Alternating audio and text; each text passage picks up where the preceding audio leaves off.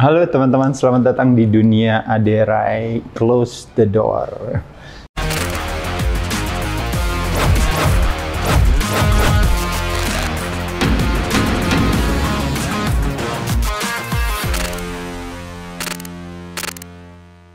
Kali ini saya akan membahas tentang yang namanya 7 mitos seputar menurunkan berat badan. Jadi bisa berupa mitos yang kita anggap, bisa juga ternyata berupa fakta. Yuk kita bahas satu persatu. Katanya kalau seandainya kita mau turun berat badan, kita tidak boleh makan malam. Bener nggak teman-teman sekalian? Yuk kita bahas. Teman-teman ingat nggak terminologi yang saya sebut namanya TRF, yaitu adalah apa teman? Time Restricted Feeding. Nah teman-teman bisa lihat di sini.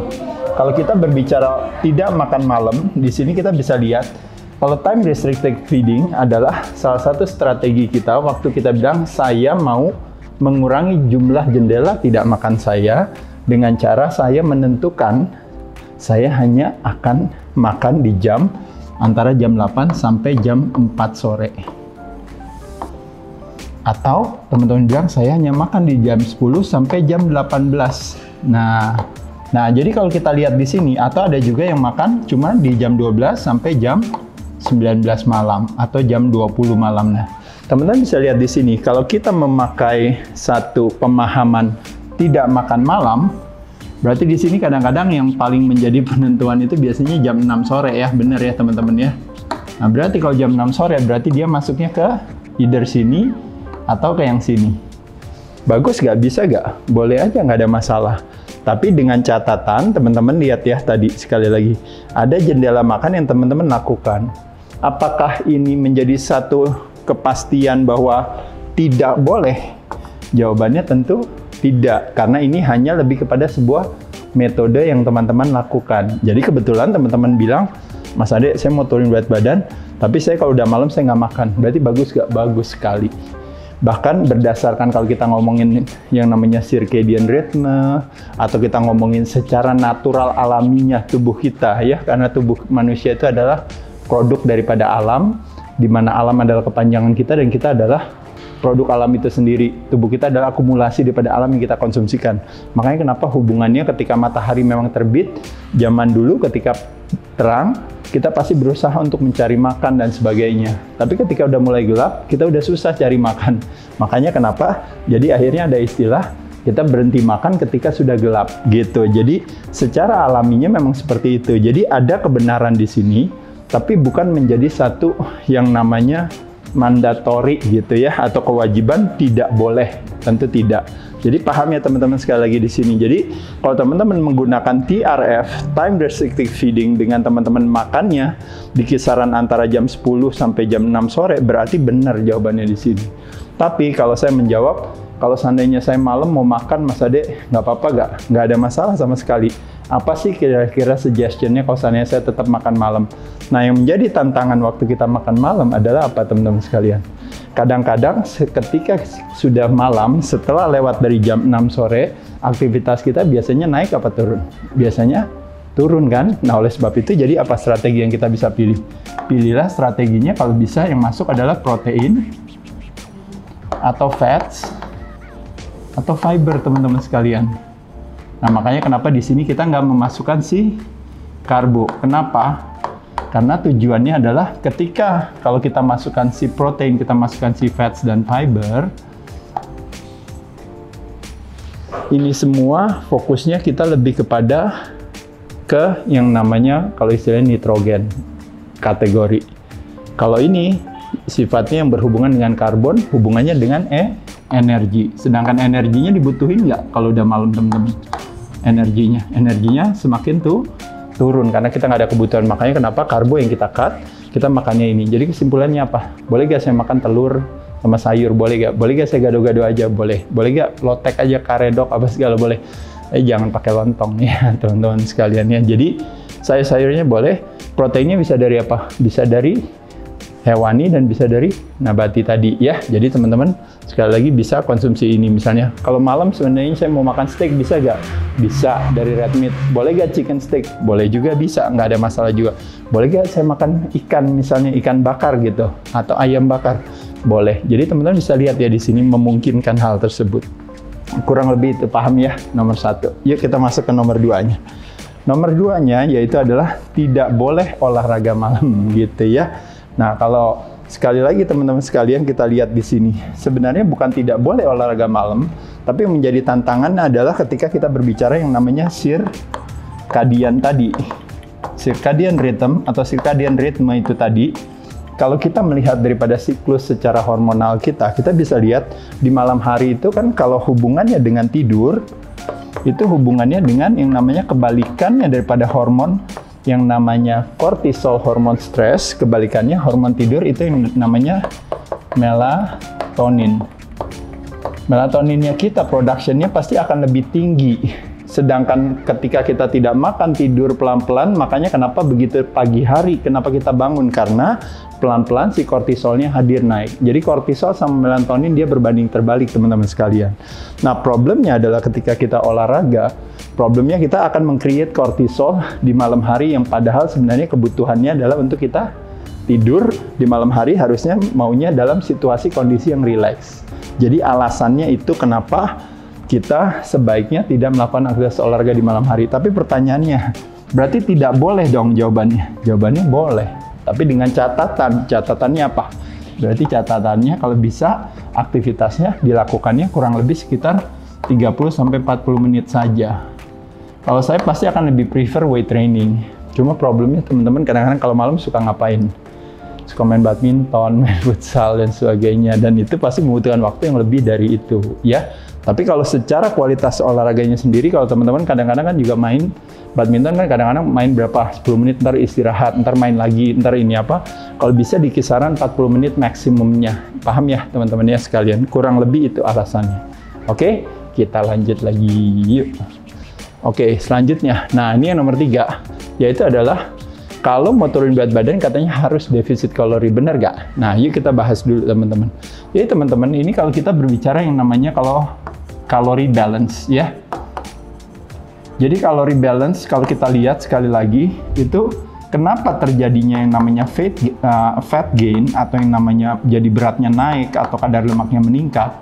Itu sebenarnya sesederhana itu. Jadi kalori yang masuk lebih banyak daripada kalori yang keluar. Kan itu kan pemahaman yang sederhana tentang kalau alasannya seperti itu. Nah, cuma menjadi tantangan adalah apakah badan kita cara kerjanya persis sama seperti matematika, itu pertanyaannya. Yaitu adalah apakah seperti itu. Ada satu hal yang mengganjal di hati saya ketika saya setiap kali mendengar yang namanya restriction di sini. Jadi ada istilah mengatakan pilihan kata itu mempengaruhi rasa. Nah, ketika terjadi restriction atau terjadi pembatasan, pertanyaan saya sama teman-teman, pembatasan itu membuat kita jadi terjadinya pelemahan hati apa penguatan hati? Pasti selalu terjadi pelemahan hati. Makanya kenapa 95% orang gagal diet. Kenapa? Karena dilakukan dengan susah hati, dengan perlawanan hati, dengan ada nuansa asosiasi di kepala kita untuk bilang bahwa saya ini berkorban untuk mau turunin berat badan. Nah, sedangkan kalau kita berbicara yang namanya sebuah kepatuhan itu kan fondasinya sebenarnya kan pemahaman. Nah, jadi oleh sebab itu teman-teman bisa lihat di sini ya. Jadi tantangan daripada kalori restriction adalah ketika kita harus melakukannya dengan susah hati. Tapi kalau saya boleh jujur, teman-teman kan punya yang namanya willpower yang kuat ya. Sebagian teman-teman semangat gitu. Wah, Mas Ade saya udah semangat nih, apalagi New Year resolusi, apalagi teman-teman yang lainnya merasa kayak, aduh saya harus seperti punya badan mau seperti Mas Dedi gitu ya. Oh harus bisa seperti itu.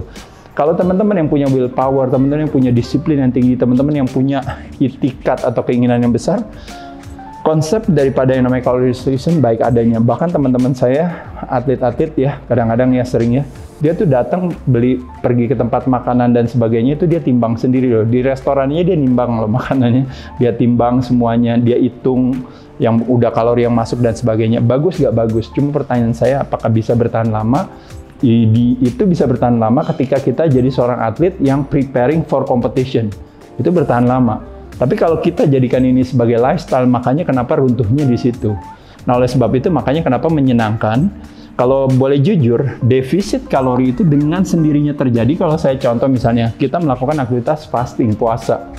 Kita puasa ya, kalau teman-teman tahu, kan biasa kita tidur 6-8 jam.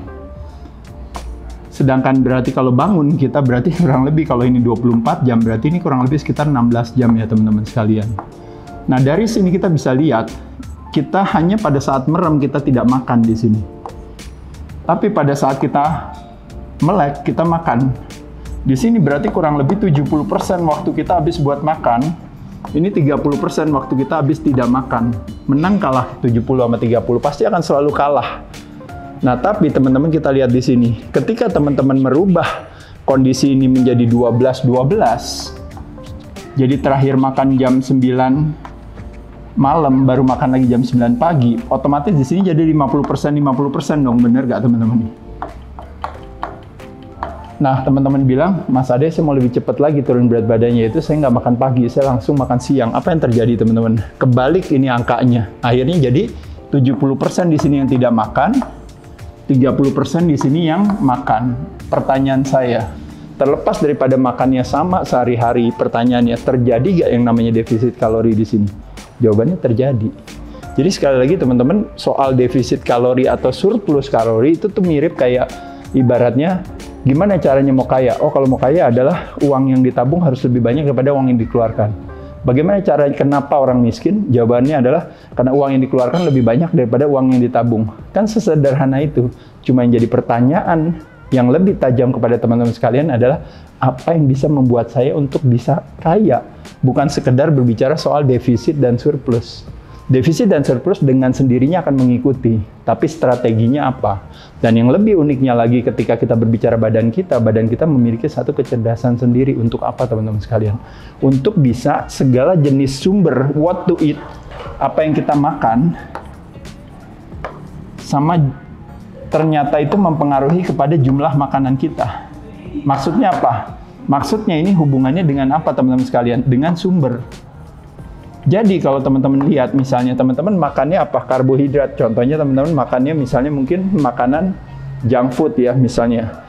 Nah, ketika teman-teman makan karbo, teman-teman bisa lihat di sini. Kalau karbohidrat otomatis ketika kita makan karbo gula darah kita otomatis naik kan?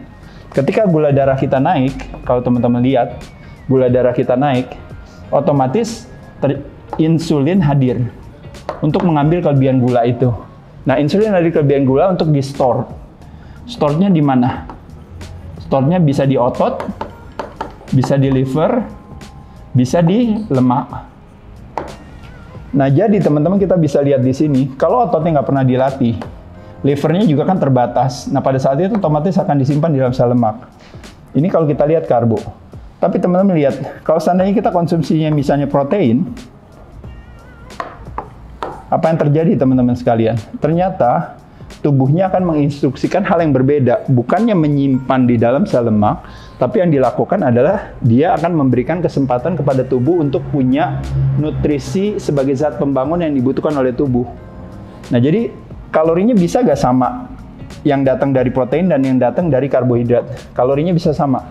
Kalorinya bisa sama, tapi instruksi tubuh terhadap makanannya yang berbeda. Yang satu disuruh untuk disimpan ke dalam sel lemak, yang satu disuruh untuk membangun ototnya. Nah, pada saat itulah teman-teman bisa melihat di sini, makanya kenapa tidak semata-mata jumlah kalori yang harus kita jaga, tapi juga adalah mengenai pilihan sumbernya itu sendiri. Dan selain itu juga ada yang namanya, kalau istilahnya satiety per calorie. Itu hubungannya dengan apa teman-teman sekalian? Hubungannya dengan, kalau teman-teman tahu, adalah yang kalau kita berbicara kenapa kita banyak makan, karena ada rasa lapar. Kenapa kita berhenti makan? Karena ada rasa kenyang. Nah, rasa kenyang atau yang disebut dengan namanya satiety itu adalah biasanya di-trigger oleh badan yang merilis hormon di dalam tubuhnya untuk bilang bahwa udah kenyang, udah cukup. Nah, satiety per kalorinya itu kalau untuk proteinnya tentu lebih tinggi dibandingkan dengan satiety per kalorinya untuk karbohidrat. Makanya kenapa ketika kita makan karbo, badannya tidak bisa kenyang, badannya malah minta lagi, karena karbo menciptakan yang terjadinya yang namanya roller coaster energi. Ingat ya teman-teman sekalian, makanya kenapa bisa terjadi hyperinsulinemia, hypoglikemia, akhirnya comfort food minta lagi, naik ke atas, turun lagi, diturunin lagi karena terjadi spike. insulin, dan selanjutnya. Makanya kenapa teman-teman bisa lihat di sini. Jadi hati-hati juga dengan pilihan makanan, karena bukan masalah apa-apa, tapi ketika salah memilih makanan, otomatis badannya akan minta makan terus, Jadi in the long run, kebutuhan kita makannya akhirnya jadi lebih banyak. Akhirnya patahlah keinginan kita untuk defisit kalori. Karena akhirnya terjadinya mau nggak mau surplus kalori karena kita mendengerin badan kita. Pahami ya teman-teman sekalian? Jadi sekali lagi, bukan masalah cuma menghitung kalori saja, tapi juga masalahnya juga adalah memilih sumber yang tepat. Kurang lebih itu ya. Oke, yang nomor 4 yaitu adalah katanya puasa berbahaya. Ini dia ya. Berbahayanya di mana teman-teman? Kalau orang paling sering berbahayanya di defisiensi. Apa yang menyebabkan kesakitan? Yang menyebabkan kesakitan cuma 2, yaitu adalah 1 adalah karena kelebihan, yang kedua adalah karena kekurangan. Kalau kelebihan itu namanya toxicity, kalau yang kelebihan namanya defisiensi. Nah, kalau kekurangan namanya defisiensi, kalau kelebihan namanya toxicity. Nah, jadi teman-teman yang ditakutkan sama orang itu tiap kali disuruh harus strateginya puasa untuk turunin berat badan adalah karena ketakutan defisiensi. Tapi saya cuma bisa bilang 1 yang gampang, dan saya sudah membuat video tentang puasa yang begitu banyak kebermanfaatannya ya. Intinya saya cuma mau bilang bahwa defisiensi ini potensinya terjadinya sangat kecil. Kenapa? Karena semua yang ingin menurunkan berat badan punya apa? Punya perut yang gemuk. Perut yang gemuk atau lemak yang tinggi representasi dari apa? Cadangan makanan yang kebanyakan. Jadi cadangan makanan yang kebanyakan, kalau seandainya kita mau cut, tetap aja kita masih punya kelebihan makanan. Ya, jadi teman-teman sekalian, memang seolah-olah hari itu kelihatannya kita kurang proteinnya, kurang kalorinya karena kita di bawah basal metabolic rate kita. Tapi percaya atau tidak teman-teman sekalian, masalahnya kita sudah bertahun-tahun, berbulan-bulan, atau sebagian teman-teman lebih dari tahunan, puluhan tahun perutnya udah gemuk banget. Nah, otomatis menyenangkan kalau seandainya strategi puasa akhirnya menjadi satu strategi yang ampuh, bukan kebalikannya, kita berfokus kepada keberbahayaannya. Paham ya teman-teman sekalian? Oke, lanjut lagi nih ya. Yang nomor 5, jangan makan nasi kalau mau kurus. Ingat sekali lagi, nasi representasi dari apa teman-teman? Dari karbo. Karbo bisa didapat dari mana aja. Yang paling populer sebenarnya adalah dari tepung dan turunannya teman-teman sekalian. Akhirnya jadi kenanya apa? Mie, roti, lalu apalagi? Kerupuk, keripik, chips, dan sebagainya ya. Teman-teman bisa lihat di sini. Teman-teman masih melakukan mengkonsumsikan ini, yang di-cut cuma nasi aja, apakah bisa tetap kurus? Ya, jawabannya tidak. Jadi sekali lagi teman-teman sekalian, maksudnya di sini nasi ini hanya lebih kepada karena kita mau mengurangi yang namanya konsumsi karbohidrat. Itu makanya kenapa alasan ada pemahaman ini gitu. Tapi yang dimaksud adalah bukan jangan makan nasi, tapi mengurangi karbohidrat akan membantu badan untuk menggunakan lemak sebagai energi yang bisa dirilis dibandingkan dengan selama ini kita selalu rely on carbohydrate. Paham ya teman-teman di sini ya. Jadi bukan nasinya ya, tapi lebih kepada kurangi karbohidratnya ya. Tapi kurangi karbohidrat juga mesti diimbangi dengan fatnya harus naik, tapi itu pun juga dengan catatan lemaknya harus dari sumber yang tepat. Nah, salah satunya tentunya adalah dari protein. Makanya kenapa yang lebih fokus saya di sini adalah lebih kepada berfokus kepada proteinnya, bukan berfokus kepada si lemaknya sebenarnya. Karena protein kita konsumsikan pasti ada kandungan lemaknya.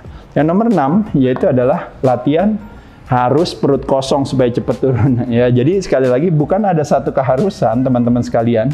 Tapi memang ketika perut kita kosong, kita melakukan aktivitas latihan, badan akan berusaha untuk mengaktifasi yang namanya HCL, hormon sensitive lipase.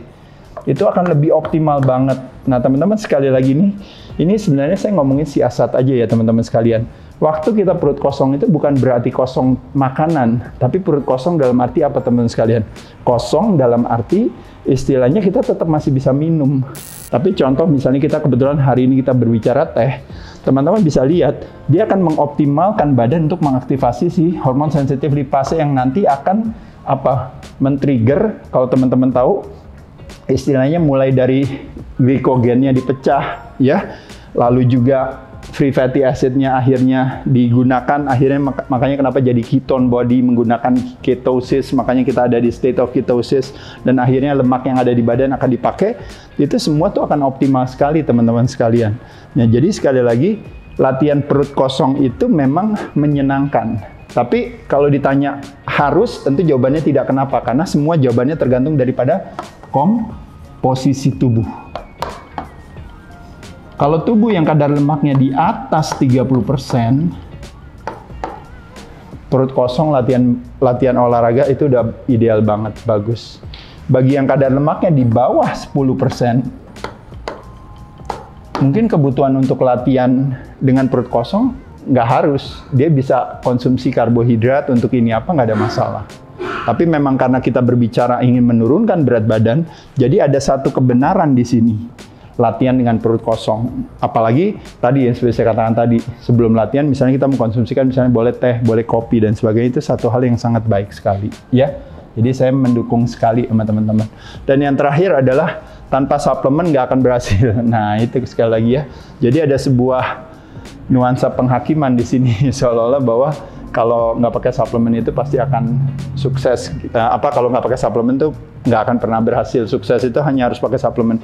Suplemen dari katanya yaitu adalah additional atau tambahan teman-teman sekalian. Yang utama adalah apa? Makanan sehari-hari atau yang dikenal dengan namanya solid atau whole food atau natural food.